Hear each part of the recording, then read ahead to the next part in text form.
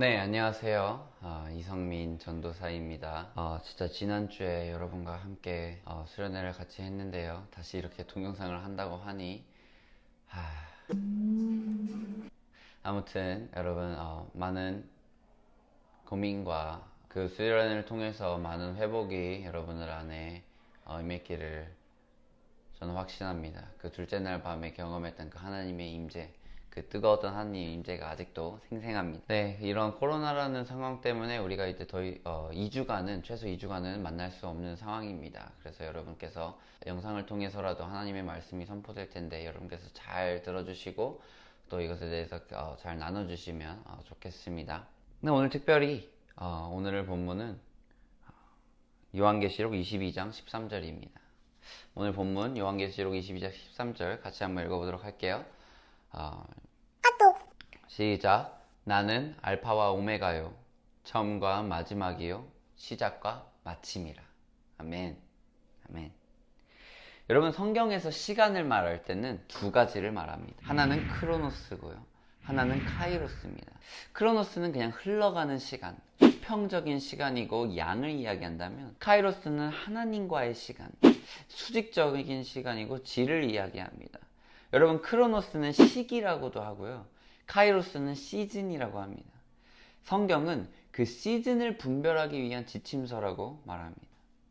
여러분, 하나님은 그 시즌의 주관자세요. 그러니까 시간조차 하나님께서 창조하셨고 모든 것들이 하나님의 섭리대로 흘러갑니다. 그런 관점에서 지금 우리가 이 상황을 봤을 때 우린 지금 모이지 못합니다. 그런데 우리는 그 속에서 하나님의 뜻이 무엇이고 하나님이 우리를 향해 준비해 두신 그 시즌이 무엇인지 분별해야 됩니다. 여러분, 이 에스더의 이야기 아시죠? 간신 하만이 모든 이스라엘 백성을 죽이려는 계략을 꾸몄어요. 에스더의 사촌 오빠였던 모르드게가 우리 민족을 살릴 사람은 너밖에 없다면서 에스더에게 부탁합니다. 처음엔 에스더가 망설여요. 그때 모르드게가 이런 말을 해요. 에스더 4장 14절에 이때 네가 만일 잠잠하여 말이 없으면 유다인은 다른 데로 말미암아 노임과 구원을 얻으려니와 너와 내 아버지 집은 멸망하리라. 네가 왕후의 자리를 얻은 것이 이 때를 위함이 아닌지 누가 알겠느냐 하니. 이때 카이로스가 아닐지 누가 아냐 하니. 이때 모르드게는 하나님의 때를 분별할 지혜가 있었습니다. 그러니까 우리도 모르드게와 같이 하나님의 때를 분별할 지혜가 있어야 돼요. 그러니까 여러분 생각해 보세요. 지금 우리에게 이런 상황이 주어졌는데 우리에게 코로나를 허락하신 이유가 뭘까요? 우리가 분별해 봅시다. 아마 나와 1대1의 예배를 허락하신 게 아닐까요? 에스더는 그 상황에서 난 죽으면 죽으리라 결심합니다.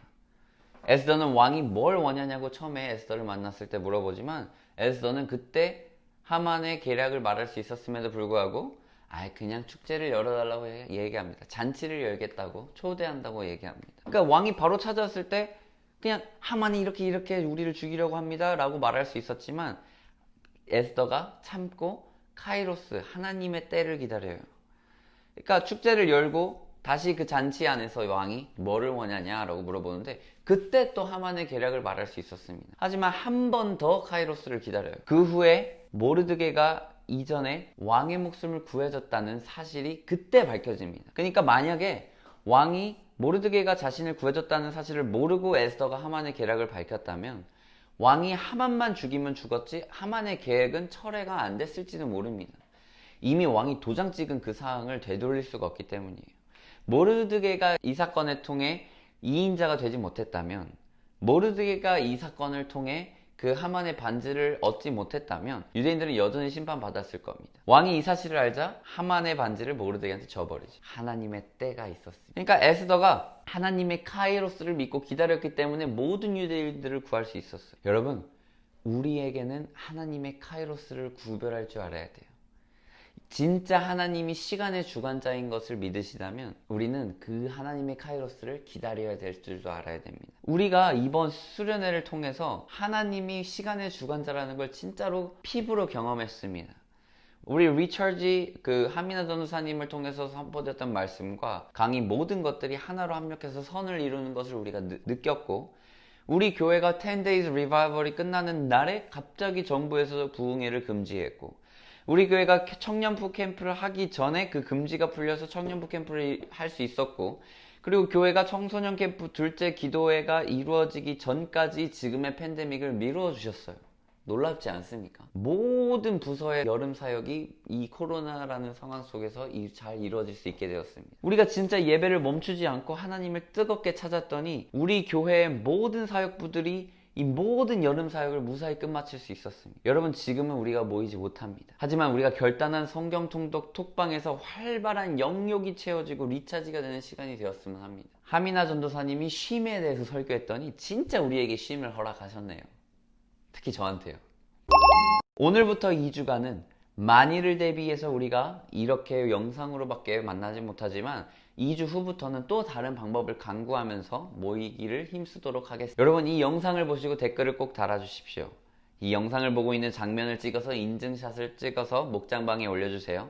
댓글을 달으신 분들 중에 추첨해서 카카오톡 이모티콘 혹은 문화상품권을 제가 쏘도록 하겠습니다. 그나저나 우리가 진짜 에스더가 하나님의 때를 기다렸던 것처럼 우리도 하나님의 때를 기다리면 언젠가 하나님이 정말 이 시즌을 견딘 우리에게 어떠한 예배 회복을 일으킬 건지, 어떠한 부흥을 우리한테 허락하실 건지 전 너무나 기대가 됩니다. 그래서 여러분, 다시 만나는 그날까지 꼭 성경통도 읽어주시고 꼭 서로 간의 교제가 활발하게 이루어졌으면 합니다. 네. 그래서 다음에 여러분을 다시 만날 수 있을 때까지 저는 기다리고 있겠습니다. 네, 다음에 또 봐요.